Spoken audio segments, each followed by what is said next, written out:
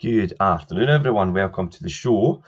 And Jim, today we're going to talk about behaviours and kind of behavioural economics is what I've titled this. But it's more particularly looking at people's behaviour in terms of their approach to buying and spending habits, and just like the kind of logic and the drivers behind that. So I've tried to break it down as much as we can today and kind of look at all these different, like the biology and the triggers behind it and why people do buy things and spend on certain things. We've spoke about this a lot, obviously, across the shows about having that discipline not to overspend on things and kind of hold back to the. Do you know how society kind of? I mean, there's really good marketing tools out there, but society kind of pushes you to spend, and the big flash house and the flash The car whole and things system's like that. geared up like that.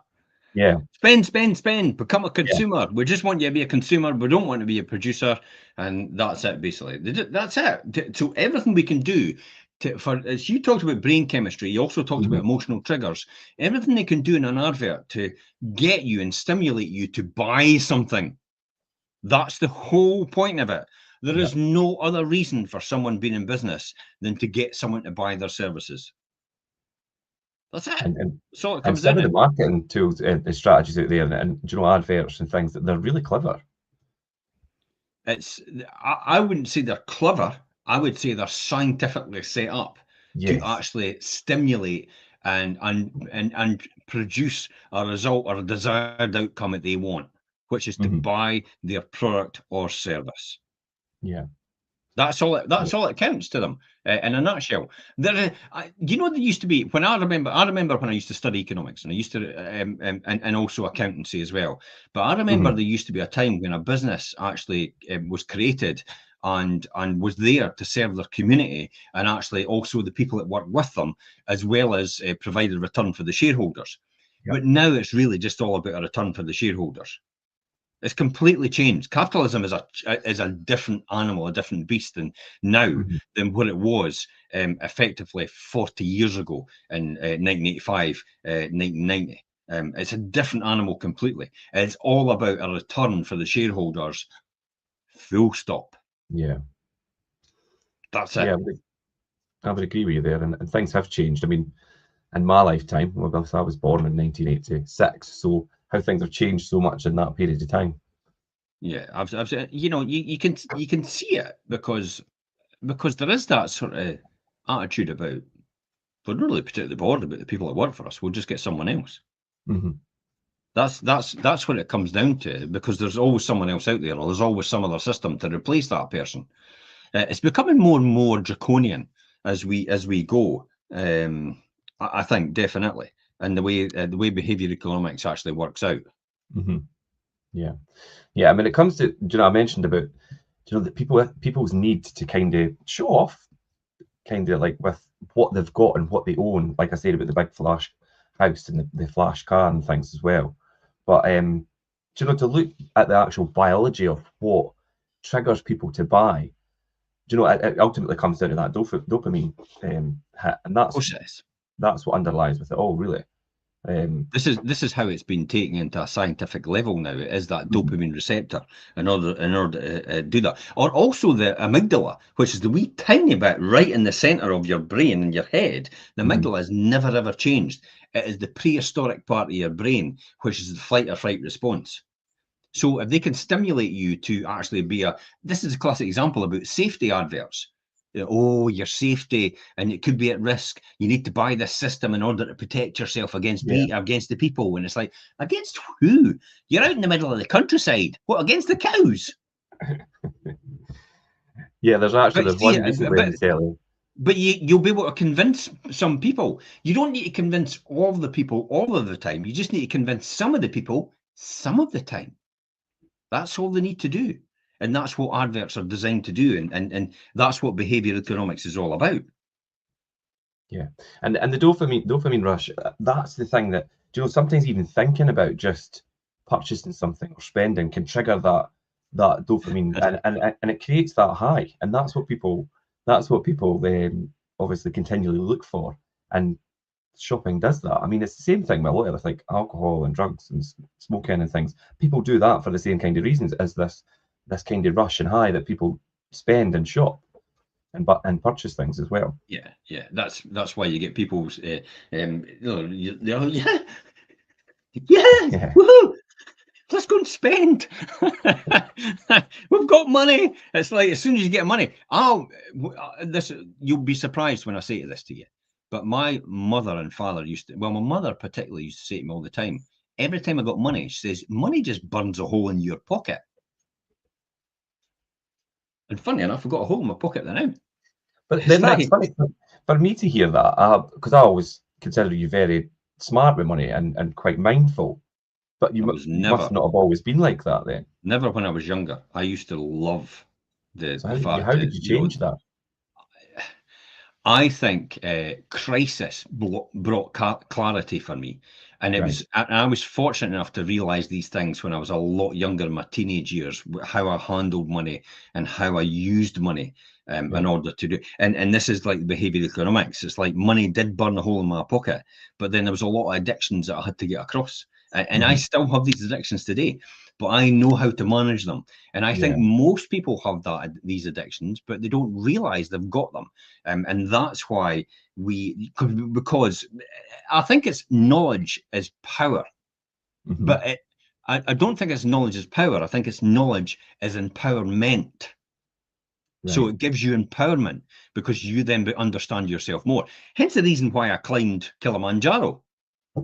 Yeah. It was the reason I climbed Kilimanjaro was nothing to do with anything other than I did raise money for charity for Parkinson's UK. Yeah. But more importantly, what I did was I understood myself a lot more. Do you know that literally I was only about 5% of people in my age group that actually climbed Kilimanjaro? Really? Yeah. When I looked at the book, it was all everybody under 50s and under. Yeah. The majority of people were 50s and under. There was very few people that were older than me that climbed Kilimanjaro when I looked in the book, when they registered, because you register from camp to camp every time. So it told me straight away that I'm doing something that no one else does. Therefore, I should get better. I should get a result that no one else can get at my age. And that's what excites me the most. That's what gives me that dopamine. You get that rush, yeah. Nothing to do with money. Everything to do with there's something I'm learning that people my age are not learning about themselves. And that's what excites me. And that then stimulates me to think about other things as well. You know, like I'm not remotely interested in things. Yeah. This was a surprise to everybody when I was there, when I went, this is my car. And they're like, what's that? It's like, that's a Volkswagen T25 1981 camper van. That is the car that I own. I own no other car. Yeah. I am not remotely interested. I could buy a Lamborghini Huracan, but I ain't going to buy a Lamborghini Huracan because I know that's called a dopamine high. Yeah. And I can get a dopamine high going out running. I was just going to say there's a difference. People do reward themselves by buying like things and overly expensive things sometimes. Whereas you say like you've kind of flipped that on its head, whereas you get that rush now from a sense of achievement and kind of reward yourself from achieving things that possibly other people aren't doing, like you say at your age group, and that's where you get your rush rather than overspending on items that you really don't need. It's also things you learn in the beginning. That'll teach them a lesson. It's like, for example, when people get into trouble, and they get into trouble when they're younger, so they often get over that. And the reason that they get over that is because, and they become better persons as a result of it. Whereas the person that gets into trouble later on is woe betide you because they're older and they should know better, and therefore the trouble's even worse. Whereas if you're younger, you kind of get away with it. And it's like, maybe you learn a lesson, but I would rather learn a lot of lessons now on behavioral economics through wisdom rather than experience. This is what I talked to quite a few people on the mountain about this when we were up there, because I like to talk and think things through with people. And I said, it's like these are opportunities to learn from the people that are successful when you watch podcasts, listen to podcasts and all the rest of it. But more importantly for me is the one thing I want out of people is to find out their failures and how they failed and why they failed. Because that's what I want to avoid. I want to avoid the failure as much as possible, minimize the risk. The successes is easy. I was just going to say that's interesting because most people would want to know the details about people's successes, which you do obviously, but Yeah. you more want to know how Failure. what did you not succeed at and how did that happen so that you to I learn will from it. listen to podcasts with people I don't even really like that much because they don't align with my goals and values. But I have forced myself to listen to their podcasts and their story because they've got something, an experience that I will learn from wisdom. Yeah. There's always We something to learn. we don't align with everybody. We all have somebody we don't like. I mean, there's maybe somebody watching this right now that thinks, I can't stand that Jim Parker. He's an idiot. Hey, join the club. I can't stand him either sometimes. But I've got to live with him. So that's the sort of thing. And that's when it comes back to the biology of buying. So, I mean, let's talk about this. I mean, the reward cycle. The instant pleasure reinforces the behavior and leads the brain to associate spending with happiness. That's the biology of buying. However, because this high is fleeting, it often leads to that cycle of repetition where you want to keep spending and spending and spending again. Look at the amount of people that go out there and keep coming back with bargains that they get at the shop. Look, I've got a bargain at the shop. Aye, but you only need one umbrella. Don't need 5. You can only use one at a time. That's what they don't understand.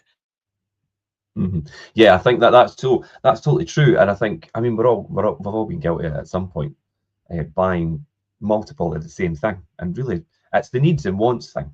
Do you know you want something or do you actually need it? If you've got that compulsion to keep buying and you find yourself buying all the time and all the rest of it, just think about the pain it causes. Yeah. Focus on the pain it causes every time you buy. If you're buying stuff that you don't really need, not want, there's a difference. Want is just a whim. It's just like, yeah, I want a Lamborghini Huracan, but do I really need a Lamborghini Huracan? No. And I had an argument with people on a debate, let's call it a debate, with people on the mountain when I was up there about, when I talked to them about that, instead of having a Lamborghini Huracan, I bought a house because a house makes money for me. Yeah. And it appreciates in value. And somebody can live in it. No one can live in a Lamborghini Huracan full time. There's no toilet, there's no bathroom or anything like that in there. It's like, and it's a depreciating asset. It doesn't earn any money. Yeah. Yeah, and it costs me money. What the hell would one want to buy it? Oh, but you've got to live sometime. You've got to enjoy yourself. Listen, I can guarantee you, I love what I'm doing right now. I love where I am right now. I can sit in an isolated room with my own company for hours on end, and I will still love where I am. Because I'm at peace with myself. Which a lot of people aren't. I understand me very well and how I tick. I understand where I am right now. So I'll go back to the thing about the pain of paying. Remember that spending physical cash can trigger a sting or a moral tax on consumption. Yeah. Probably acts as a psychological deterrent. Yeah, because you lifted up the cards earlier, and this is what this is about. And I think society now, it's just so easy to spend money because you're not actually in your mind spending physical cash or handing physical cash over, because we've all got cards and phones to pay for things now, so it's all digital, and it just sometimes the actual spending can get away from you. Look at the cash. Here we go. Look at the cash. 20 grand. It's such a different feeling. 20 grand. Look, just like that. Look, 50s. See it? 5 grand. Just a disclaimer that they aren't real, obviously. But think about that. What does that really mean? Psychologically, it's such a different feeling to hold that, real money. I could throw this up in the air and revel about in it and roll about in the ground in it, but what can I do with it? Paper. Yeah, it's just paper. That's the point. So what value do we put on that paper? Think about that. That's the behavioural buying. That's the biology behind it. It's what can you do with that? That's my combo cough. I've got the dust from the mountain. Yeah. But think about the logic of that. It's what it means to us. It's what that means to us as well. The cards, all the cards. I mean, collectively, my cards, I've got 200 grand I could just have access to straight away. Yeah, it's so easy to get credit now and It's available mental. cash. Yeah, Absolutely mental. Look at the credit crunch in America, why it was caused. They were giving people on benefits mortgages to buy houses. yeah, crazy times. But then look And how that that's ended what up. happens with our ability of buying. Now, I'll give you a wee warning here. Unemployment's sitting at 5.1%, by the way. That creeped up pretty quick, eh? It did jump up, yeah. What's going to happen next year? I think we're in for a bit of a different year than we've had for the last couple. Of course I we think, are. I think all round, not just the property market and things. I think all round things are going to be a bit different. Absolutely. People need to be prepared for a change. Think the one thing I want you, everybody out there, I mean, you're tuning in and all the rest of it. Let me ask you a question, and you might want to answer it in the comments. You might want to put something in the comments. What do you think you need to buy? Why do you think you need to buy a big house or a flash car? Why do you need to buy a big house or a flash car? If there's only two of you, why do you need a big house? Because Oh, well, we might have children later on. It's like, so at what point are you going to be having children then? Well, maybe 5, 6 years from now. So why do you really need the big house now? and I've battled with this about buying a bigger house, and you obviously advised me, and quite rightly, not to do it.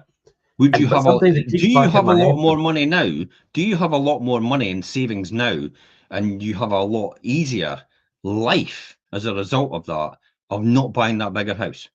Definitely. There you go then. What is It's that funny though. worth?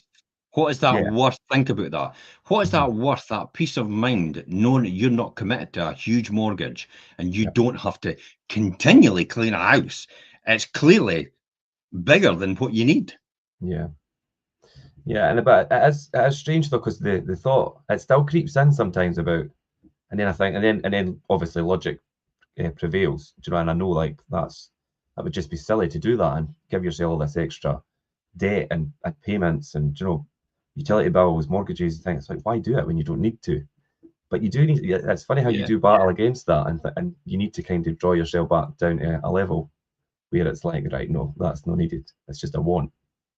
Absolutely. And that's when it comes to emotional triggers. Yeah. So what do we mean by emotional triggers, Richard?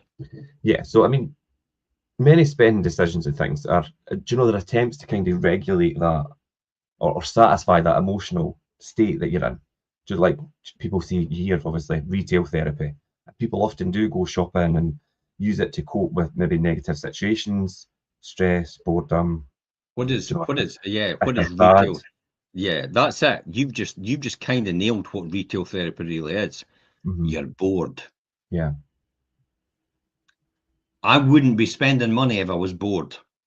Yeah, you'd be better to find a hobby or something that's productive. Yeah, I'd be out running or something. Or I'd be sorting something else quick. I'd be working on my camper van or something like that. I don't know what I'd be doing, cutting the grass rather than actually running out and spending money for the sake of. Because then I know myself so well, and I know what that would lead to, and the fact that then cycle and habit would create, and then that dopamine rush would come as a result of it. Therefore, I ain't going to be doing anything like that at all. I still come back to saying about the retail therapy. It's about the feeling that people get. It's not about what they're actually buying. They could be buying any 2-for-1, any like buy two and you get one free, any discount or anything like that. But the reality is, it doesn't matter what they're buying. It's the rush they get from it. That's the retail therapy. Look what I got. It's like, I'm something for the summer. It's like, but it's autumn. The summer's like 9 months from now. Yeah, I've got months So to you go. bought something that you're going to wear in 9 months, which is probably out of fashion by that time. And then you've tied up that money, whatever that is you bought, for 9 months. And you see that a lot, and it's purchases of things that just because you thought you were getting maybe a discount or something on it, but you don't really need it. Then it's a mood boost. Yeah. Do you know what I found recently? And I always, obviously, I walk every day, and it's become like it's a good thing to just clear the mind and go. I like to get up really early at the weekends and go out with the dog. It's brilliant. It just clears the head, and yeah, rather than doing something like shopping to. Here's one I love, and my mentors actually taught me about this years and years ago, way before. And I'll tell you the phrase that pays when it comes to it. when we talk about why do you need that big house or flash car, it's called status or identity. In other words, you need that to define you because you don't feel enough. I'll say that again. You need that to define you because you don't feel enough within yourself. Mm-hmm. You know what I was told by my mentors? Status isn't going to pay your bills. Yeah. Sell your flash car. Mm-hmm. Invest it instead. Do you really need a big, massive house? No. I immediately sold my house, my 3-bedroom semi-detached, and I moved into a 2-bedroom flat in one of the worst places to live. And then I got rid of one of my cars. I got rid of one of my cars as well, and I ended up having a company car, and I didn't have any car. Now, and did that put you in a lot better position in terms of being able to? Of course it did. Build your wealth, obviously. Of course it did. And everybody took a double take, and especially some people that I valued their opinion actually thought there was something wrong. It's like you've got a standing in the community, Jim. You are an accountant. It's like, why would you do something like that? People will think there's something wrong or you've gone mad. And what's strange as well, obviously back then you wouldn't have had social media and things, because I always think like the big house and the flash car and things is what people like to put on their social media to build their persona. But social media wasn't a thing back then, but it was that was still around, that people expected because of who you were that you should have a big house and a flash car and things. I'll be honest, and it's going to rub people up the wrong way. You're going to take a check. You're going to take a reality check here if you're listening in. Mm-hmm. Gucci bags, Louis Vuitton, things like that. Mm-hmm. They're all status symbols. Yeah. They're all things that make you feel worth because you've got a Louis Vuitton bag. It's not for you you're buying it. It's for everyone else. To see it, so they can go, you've got a Louis Vuitton bag. You must be successful. Whereas I go, you've got a Louis Vuitton bag. That's mental. Yeah. I would never spend that much money. On a handbag, yeah. On a bag. I would never spend that much money. I'd rather give it to somebody that needs it. Because at that point in time, you don't really need that. You need therapy. Mm-hmm. That's what you need. And that's a shock for a lot of people. And this might be made into a wee short and it might go out and people will go, oh, well, that's no fair. And it's like, that's not what I bought it for. But deep down, you know I'm right. Deep down, you know I'm right. Yeah. You bought that bag for status and identity. Oh, yeah. You want people to think you're on the up. You want people to think you're important because you've got that. You know why I know that? Because that's what the advert's designed to make you do. Mm-hmm. And I mean, that's the whole point of biology of buying. There's maybe an argument for the fact that they are good quality, but at that price, I mean, really, it's a bloody print on a bag. That's all to make you feel. Just buy a knockoff at the Barrowlands or something like that, and walk about with that, and that'll make you just feel it's just as good, and it'll just make people think you've got that as well. If that's what you really want, just buy the knockoff. Mm-hmm. Yeah. Yes, that is an identity. You're absolutely right. And I think if you're purchasing things like that and don't actually realise that's why you're doing it, then you maybe need to take a step back and think about why you're buying these types of things and spending that amount of money on items. It is understanding you, Richard. That's what it's all about. The object of the exercise here is not to understand other people and force your unwanted opinions on other people. It's to understand you and what makes you tick in order for you to become better every single day. And this is what this is all about. This is what behavioral economics is all about. The other one is as well is that what you get out of that is the reward spending. And individuals often justify splurges with the mindset of, you deserve it. Yeah. Heard that before? Yeah. Eh? What is it that, I mean, I can't talk about the advert because it's a hair product. It's like, go on, you deserve it. It's something like L'Oreal or something like that, isn't it? Oh, because you're worth it. That's Maybelline. Yeah, because you're worth it. I mean, that was a brilliant tagline, wasn't it? Because you're worth it. And the other one as well is Seconda. Oh, no. Reassuringly expensive. And, you know, what does that conjure up? It's like, oh, if I've got a Seconda, I must have money. Status symbols. That's what it's Yeah. all about. So it justifies people's mindset. Even after a success or a difficult period. Oh, I've passed my exam. You know what I did? I had goals, and I thought to myself, okay, these are the goals. And there's a warning here, by the way. Definitely a warning and a learning out of this as well. Because I had goals, and every time I got to a certain goal, I thought, I'm going to reward myself with something. But every time I got to that goal, I never rewarded myself with anything, because I felt if I was able to take that reward and then reinvest that, I would get to my goal even quicker. Because my ultimate goal was to be financially free and never to be answerable to anybody ever again, and never have to have any income that I earned based on the ability to perform. In other words, I could go away and then turn up years later and I'm wealthier than I was before I left. That's what I wanted to be. Which is what you've done. That was my overall driver, to be wealthier, actually leaving and coming back years later and be wealthier than when I started, without actually getting involved in any at all, and having that grow for me at the same time. Yeah. That was my overriding ultimate goal. So that superseded, that overrided every single wee step I had in between, because I knew the wee steps I was taking. Now, I'm a bit tolerant. I can actually force myself and understand to get, I can do without. I could do without a lot. I would rather, and I actually did say in Kilimanjaro, I need to get to the top or I'll die trying. It's in a video somewhere. And it's been posted. It's like, my attitude is, I need to do it or I'll die trying. There is no failure in this. There is no such thing as failure in my life. You either do it or you don't, or you're wiped out with trying it. I would rather fail. I would rather fail 1,000 times than actually do nothing at all. Yeah, and have that pure commitment and kind of the drive to just keep going to achieve it. Yeah, because you just need to hit one success, and that one success will probably override everything. Yeah. That's the whole point. So this thing about people justifying the emotional triggers and the spending and all the rest of it, and having the big house and the flash car and needing to look good, and then realizing they've got like a mountain of debt on credit cards and stuff like that. It's like, all for everybody else. Credit cards are such a dangerous thing. Yeah.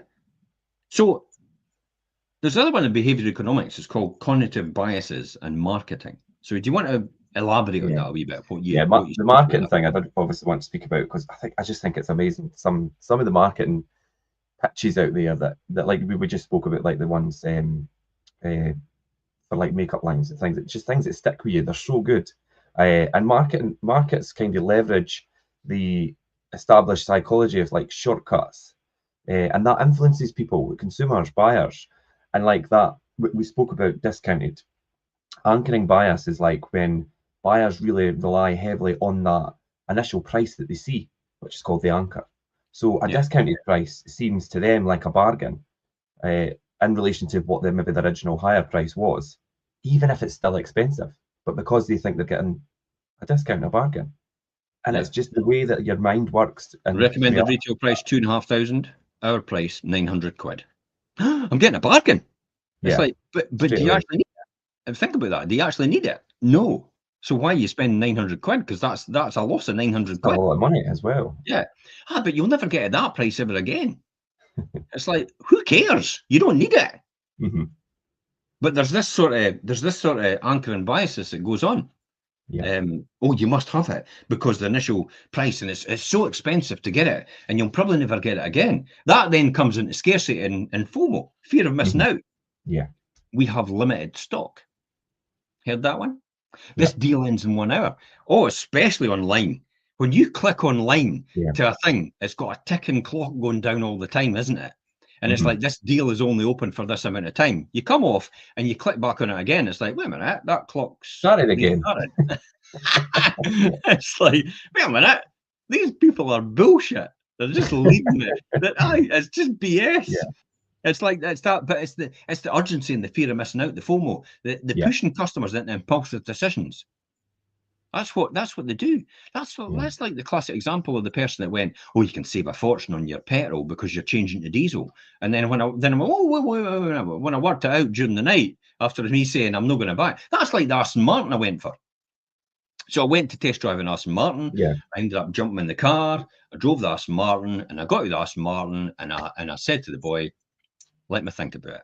And he went, "Sir, if you think about this overnight, you will never buy this car." Very honest of him. Mm-hmm. He says, "Because it's an impulse buy, an Aston Martin." Really? And I thought about that for a wee while, and I thought, yeah, you're right. It comes back to this status thing. The Aston Martin. Mm-hmm. Look at me. Look how successful I am. A lot of gurus, or fake gurus, actually use that as a trigger to get people to buy into their courses so they can get them on a course, which will fund them more to buy another Ferrari or an Aston Martin. But that's all they're doing. That's where they're making their money. They're making their money selling courses to you. They're not making their money in their investments. They're selling courses to you to make money. Yeah. But that's the things they use to attract you as a result. And things then they get like the smart cars and things like things like Aston Martin. I think they have wait lists as well. So does I think the what's the handbag, Birkins. I mean, there's a 5 wait list to buy a Birkin handbag, and they're. Do you know there is no wait list? It's all in your mind. They create this scarcity, feeling of scarcity. Yeah. When I was in Vegas, there was no one in the restaurant, and yet they had a queue right around the block.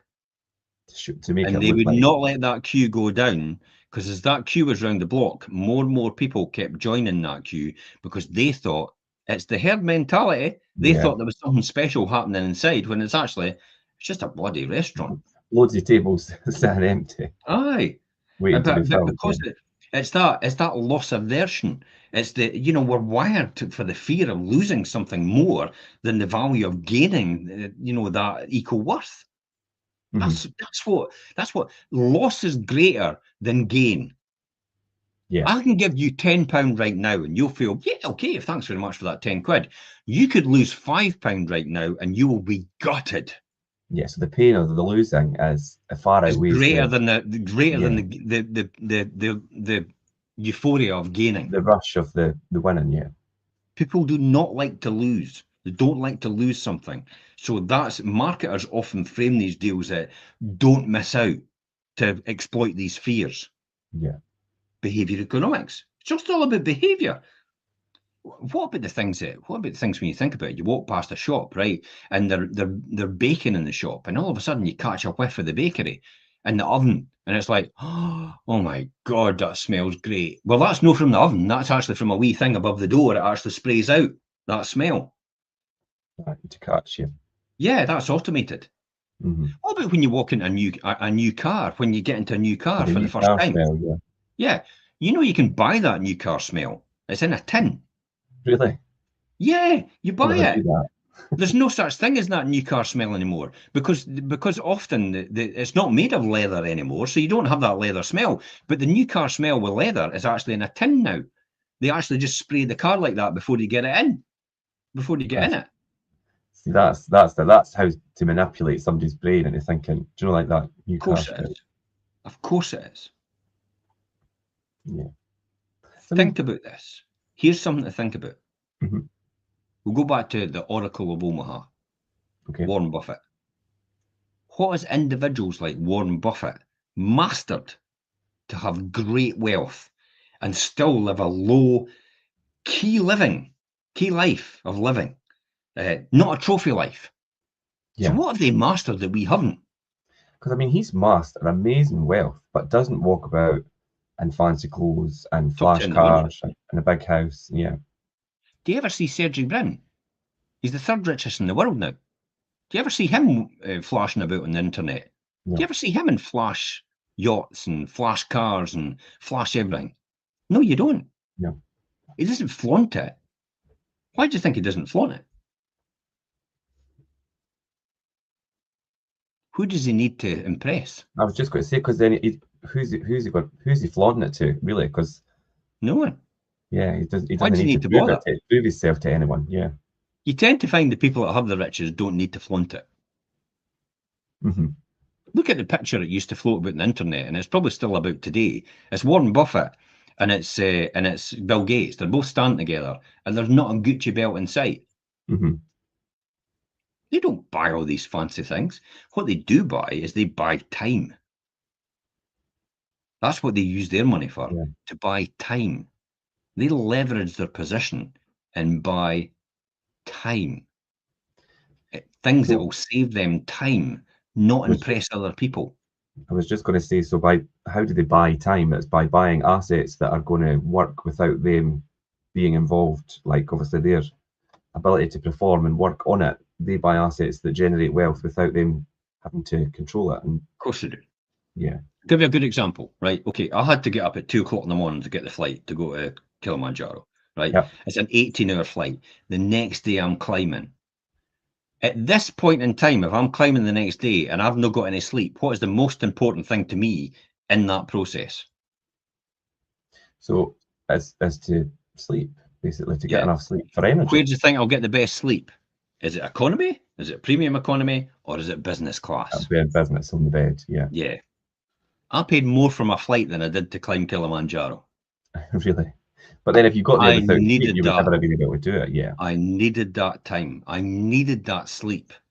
There was no way I could sleep. I'm like a bloody noddy dog. I don't know anybody else. And if you're in economy, you're all over the place, phone Yeah. asleep, and all all interrupted sleep.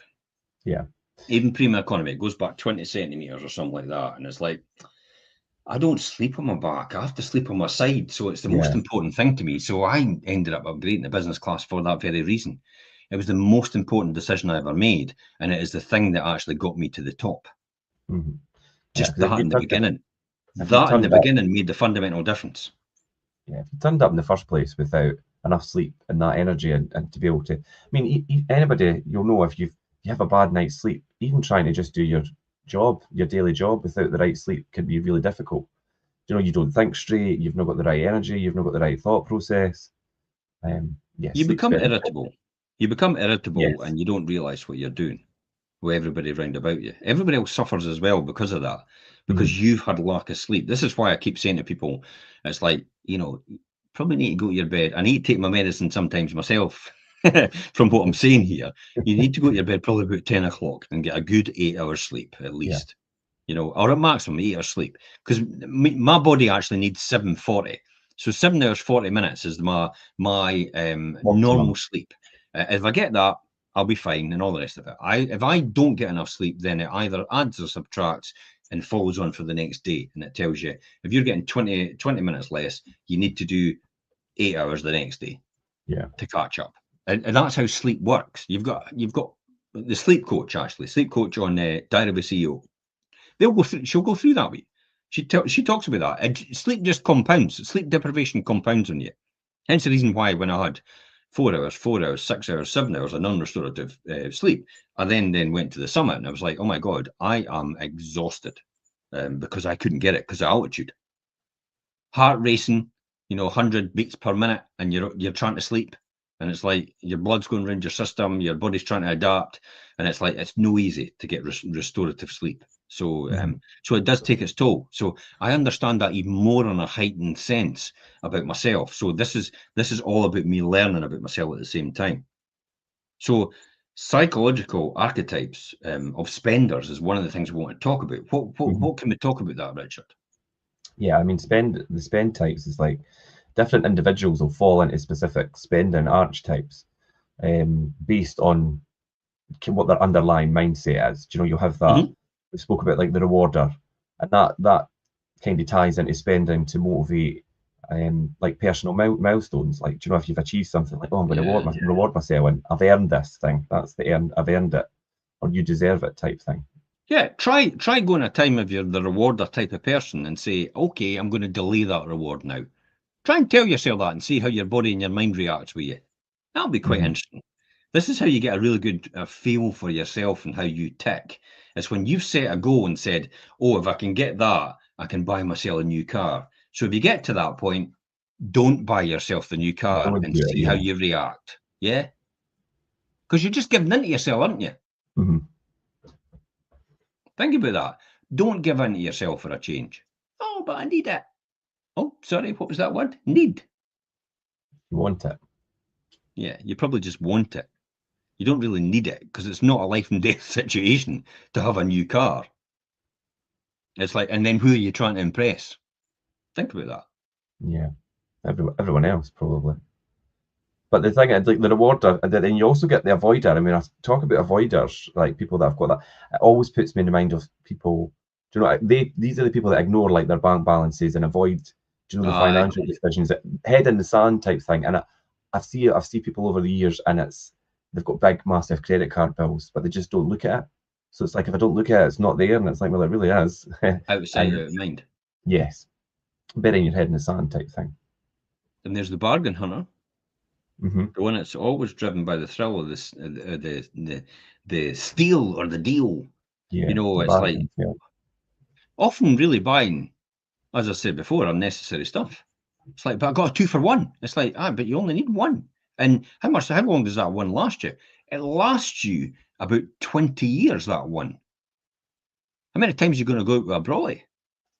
So why did you need 2 for 1? Mm-hmm. In fact, you've got a brolly already. It works. But this one looks better. It's like, but really, did you need it? Because you're telling me that you're actually a bit skint and you have no money and you're struggling to buy stuff. This is the phrase that always I remember. People will find money for the things that they want. Mm-hmm. I'll give you a classic example. If you're listening to this right now and you're convincing yourself, not me, by the way, because you're not stony broke, you've not got enough money to do certain things. I could easily probably dismiss that, no bother. And I'll give you a shining example. If you had your work tomorrow and you've got a car that you drive to your work every day and your car tire bursts and you don't have a spare, how are you going to fix it? Oh, take it down to tire services or a local garage and get it sorted. All right, okay. So where did they find the money for that then? It's the same with your shower. If you've got a shower or a bath or something like that, or you've got a kettle you use, and you need that to function, and you need that for your daily life, then if anything happens to it and you immediately go, well, I'll just get another one. It's like, well, in your mind, how did you get that other one if you've said you've not got any money? Yeah, I think if the need is great enough, you'll find a way. Yeah. So yeah, that's actually quite a good one. That's a wee bit of spin on if the dream's big enough, the facts don't count. Yeah. And that's what you don't realize. It's all about understanding yourself and how you tick and how you'll make buying decisions or even selling decisions based on behavioral economics. I mean, we do it as a stage all the time as well. It's like winter's the best time to sell, and here's why. Well, it is the best time to sell. You know the best time to invest? The best time to invest was yesterday. I was going to say now. Yeah. No, just that. You know the second best time to invest? Now. No, sorry. Yeah. Yeah. So the best time to invest was yesterday. The second time to invest, best time to invest is now. Yeah. And that's no me talking. That's Buffett. Yeah. That's Warren Buffett that says that. And I think that is definitely the best time to sell. Probably was yesterday when people say, oh my God, I wish I'd done it yesterday because the stock market was at a high. And it's like, but the second best time to sell is probably today then, especially if you need the money. It's not to try and wait and predict the market again and hopefully it'll turn around. That's called gambling. It's like, if you know what you're getting now, it's kind of like deal or no deal. You've opened a box and you're going, today I can get £50,000. Instead of yesterday, I could have got 55. Oh, but if I wait a few days, it might go back to 55. What if it goes down to 45? You've lost £5,000. Remember about the pain of the loss is greater than the win. Yeah. I get better than the gain. That's why you get rid of it now. That's the whole point. So that's behavioural economics. I mean, the status shopper is another classic example. You said here is like it equates brands and luxury and possessions with a kind of a self-worth and identity. It defines them. I It's to think walk about. these They have to walk about with all the brands on them, all the different names across their shirt, down their trousers, all the rest of it. It's and then the perfumes. It's like, I mean, why do you buy? I mean, I could show you a perfume or an aftershave or something like that. It'll probably smell exactly like the top brand. Mm-hmm. So why do you buy the top brand? Because Johnny Depp's on the advert, and you want to look like Johnny Depp. Listen, you'll not look like Johnny Depp, especially if you're a woman. Yeah, it's that's Savage you're talking about, which is quite a popular one. But I mean, I think you need to be honest with yourself. Everybody does. If you're buying and wearing branded, expensive things, they're for show. That's what they are. I mean, you have to be honest with yourself. But you mentioned about Buffett, and obviously Warren Buffett's. He's mastered this great wealth and still lives this low key life without this like trophy life. But then you need to. The question that I was going to say was, why did he start it all in the beginning? Then was it for the journey or was it for the money? Because if it was for the money, then why would he not be doing all these things that people expect him to do with all this money? Buy big houses, buy this flash car, and wear all these branded stuff. But he doesn't do that. So you need to think about what his thought process is then. How has he mastered that? It's quite interesting because if he's got all this wealth but doesn't do what's expected of him.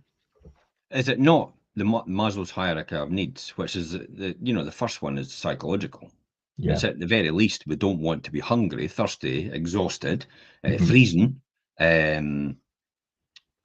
overheated, sick, or in pain. And then when you're at that level and you've gained that, then you come to safety. Okay, we want to feel okay in that exact moment. When we also want to feel safe as well, confident that we can avoid the pain. In the beginning. So once we've avoided pain psychologically, all the rest of it, we're into safety now. And then after you get that safety and you feel good about yourself and the dangers are eliminated, then it's a social thing. We want to feel safe. Then our social needs and love and belonging come into play. And then once you get the social, then you're on to self-esteem. I want to feel good within myself. And then finally, you're at self-actualization. It's like your deepest desire to become the most complete and authentic version of yourself. All your fundamentals are taken care of. That's what Maslow is all about. That's their hierarchy of needs sort of model and how it works. Your human theory and evolution. That's ultimately where you are with that. So that makes sense. Yeah, and Abraham Maslow was a psychologist from years and years ago. But everybody that's been through management theory and management understanding, McGregor X and Y and all the rest of it, understands what Maslow's hierarchy of needs is. But that's ultimately what it is. People want, they just want safety in the beginning. They want to feel safe. They want to be, and then they get up, and then once they get certain things, they want to be. So this is why I always say, there's only so much you can make. And the rest is just for show. Yeah. Because you don't, I mean, how much are you going to spend? Yeah. I'll give you $1 billion tomorrow. How much you're not going to spend $1 billion. You're never going to spend that. You'll never get anywhere near it. Oh, I'll give it a good try. I tell you what, it'll probably be the undoing of you. Yeah, that amount of money. If I gave you $1 billion tomorrow, because you wouldn't understand how to handle it psychologically. Because you've not prepared yourself for it and you've not earned it. Therefore, somebody's just given you. It's called probably ruining your life. It's quite a dangerous thing, actually, to be fair. It's like these big, massive lottery wins and things. We've seen the stories about what happened to a lot of people that win these. If it's 160 million or whatever, and some people, it ruins people's lives. Because they don't know how to. It can, because they don't know how to handle it. Now, the lottery winners and the organisation's got a bit more savvy and they've understood this. And that's how they've put financial advisors in place and stuff like that. But you're not in that mindset where you understand about the investment return and the fact that money invested correctly, you could live off the income it generates. If you start to what I say, chop down the tree, in other words, spend the initial capital, then the returns, in other words, the fruit on the tree gets less and less every single time. So you never want to chop down the tree that bears the fruit. You just want to, now and again, you just want to eat some of the fruit. and Yeah. just keep the trees looked after and And grow the trees more. these people don't understand that they could use that money to build something that generate not just for them, but for other generations to come as well. Yeah, and also to leave legacies for other organisations, and that's why you get, you know, legacies left for you know, guide dogs for the blind and Parkinson's UK and Alzheimer's UK and all these different organisations and these charities are left legacies. The church as well is left legacies by some people because it's like they didn't feel the need that they needed to spend all that money. They were quite happy where they were. Remember, I mentioned happy. You notice that I just separated the word happy from money. It wasn't the money that made them happy. It was the fact that it was potentially there. It made them feel good, made them feel safe. Made them feel safe, remember. That's what we're talking about. It made them feel psychologically safe, physically safe. It made them feel socially, it made them feel loved and belonged. I mean, that's one of the biggest things. People do not want to feel rejected. So they often go within themselves in order to not feel rejected. So they don't go for anything. They just keep away. They're afraid. It's that dream that will drive them forward. So if that dream's bigger than the actual pain, way bigger, by the way, then they'll do that. They'll go through that. They'll go through the pain to get to the dream because it's so far bigger. I think that's really important in the process. What I thought we could kind of round up today, because obviously we spoke about all these, you know, these triggers for spending and how people, the biology of like spending and buying things. So I thought we'll round up and look at maybe some kind of mindful spending tips and things that could probably counteract some of these physical pressures and, you know, these things that cause people to buy. Can I tell you what my go-to one is? Go then. Give it 24 hours before you make the decision. Yeah, it's the old like sleep on it type thing. Sleep on it. And salesmen do not want to hear sleep on it, because they know it potentially you'll change your mind. They just want to do the deal there and then and get the commission. Quite rightly so.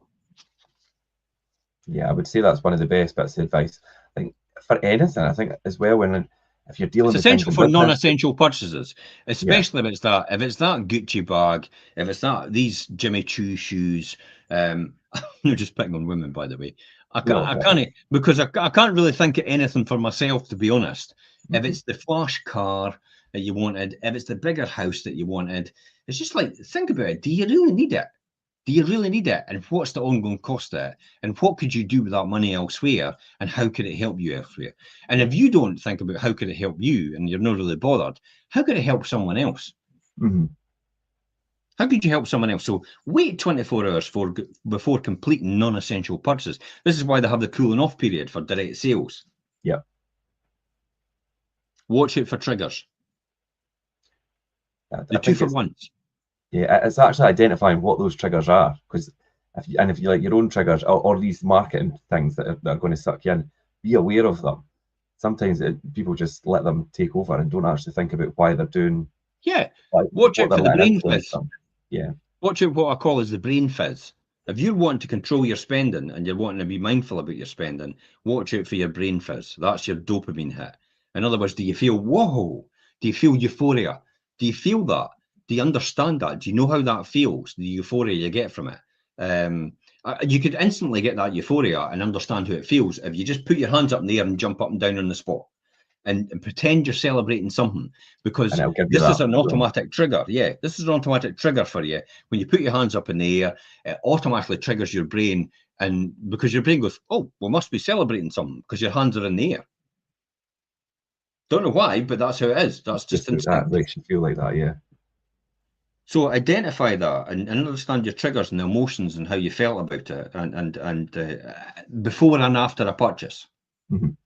Yeah. And then you've got the reintroduced friction, and what I mean by that is, you know, if you've got everyone have on their phone, if they go on, you'll have your cards set up on your phone. So if you go to purchase something, it's basically you just push the button and it's done. It makes it so easy to spend. So take your cards off your saved cards off your phone and things, and or your I'd be devices. willing to give you a year's interest-free credit, because they know you might not have the money right now. You know you've not got the money right now, but you can have that enjoyment for 12 months, interest-free, with no payments. Buy now, pay in 12 months' time. Now, I did that on a suite, and I said to the boy, yeah, we'll just pay it, because it was a 3-year deal. Pay it off in 3 years' time. And I says, I'll just save up the money and I'll pay it off. And he laughed in my face. That's it. Honestly, he laughed in my face. Really? And I went, but I will. And he went, and he looked at me, and I went, yeah, I will pay it off in 3 years. And he went, well, I'll be honest with you. He says most people don't, and then they take out further credit with the same company, and then that's how they make their money. Okay. He says 95% do. See that 95% again? Yeah. 5% don't. Well, I'm in the 5% because I don't. I pay it off. And that's the point. So, and I did that where we bought a suite now. It's like, and the boy went, that's $2,000. And he went, how you want to pay for that? And then you got an interest-free stuff, or like buy now, pay later. And I went, well, we've got an interest-free. It's the same price. So it's interest-free. You pay the same amount of money and you'll pay over the next 3 years. And I went, well, have that then. Yeah. And it's like, I'm going to be using your money because I can make 25% every year on the money I'm not paying now. Yeah. So then basically the couch kind of paid for itself. Of course. Yeah. 25% when you think about it. In 3 years, 75% paid for free with the money I would get in return and the money I saved. So that's definitely one to do, is actually reintroduce the friction that you have on shopping. Don't make it easy for yourself. They certainly do, but don't make it easy for yourself. Yeah. What I noticed in one of the big shops recently was at the till. They were offering, and you could pay it up in three, with like split it into 3 payments or something. Just your general shopping. I thought, is that what we've come to? Do people do that? Yes, it is. PayPal do it. Amazon does it. And it's like you can split into 3 easy payments every single time. And I'm thinking, what, your basic shopping, you're having to spread over 3 different payments. That's a worrying thing. That to me, it was like, if people are in that position, it's that's more worrying about the fact that you're having to use that than actually the benefit you're going to get from it, especially on basics and essentials. Yeah.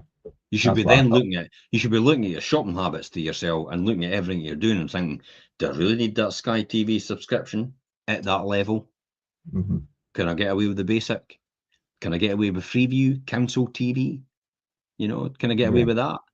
Because that's what I used to have. I used to have Council TV, which is Freeview. Yeah. And I used to have Council Pizza, which is cheese on toast. Council Pizza, cheese on toast. So Council TV, Council Pizza, that's how we say it in Scotland. If anybody's listening outside, Council instead of Council instead of Council. That's what we had. Yeah, that's your local council, by the way. That's what we're referring to. In case anybody went, what's all that about? Even that phrase, what's all that about? They'll be going, what is that? Yeah. What is this boy speaking English? Yeah, I've been to Swahili. Some strange things up here. Yeah, I've been speaking Swahili.